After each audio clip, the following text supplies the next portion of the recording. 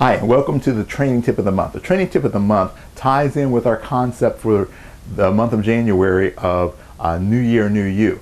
This is a really cool trick that I've used, and this is probably the one tool that I've used to create the most results in my personal training.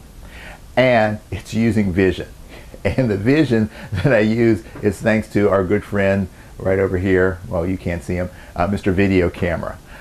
When I was training in preparation for the 1995 tournament season, there were three major Chinese martial arts tournaments back at that point when I was competing. There's the U.S. All Taiji Chuan Champions, especially if you're an internal artist, like that's one of my specialties.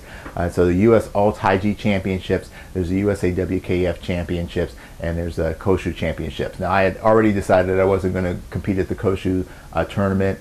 I was going to focus my energies on the other two events.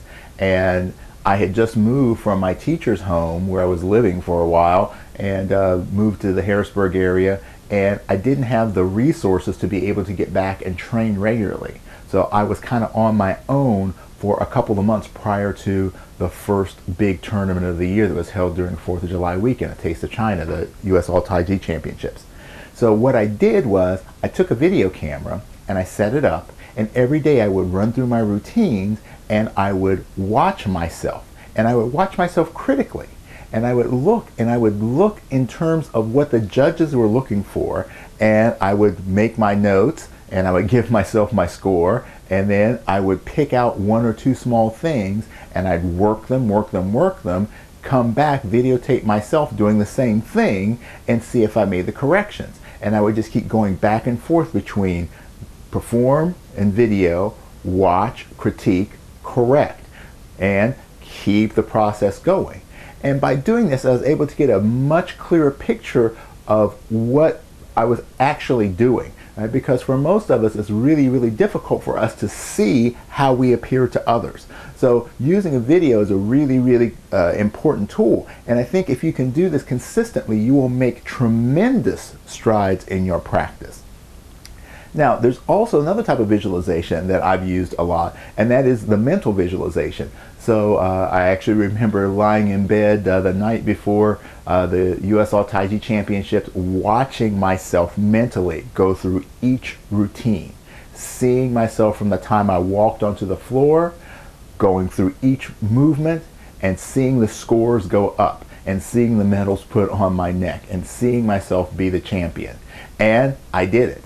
And I'm not saying that you don't have to practice, but this skill is really crucial. And this has been used by peak performers of all types, from athletes, Olympic level athletes have used this, all the way up to CEOs and captains of industry. So if you can see yourself doing it, if you can clearly picture it, and if you can feel the emotions that are connected to it, this creates a really powerful tool to improve your level of confidence and improve your ability to accomplish what you're looking for. So if you have a specific technique or a specific form that's giving you some problems, if you can really sit down and just close your eyes and see yourself going through it and keep going over and over and over it until you see it, until you feel it, you feel the joy of accomplishing what you want to accomplish.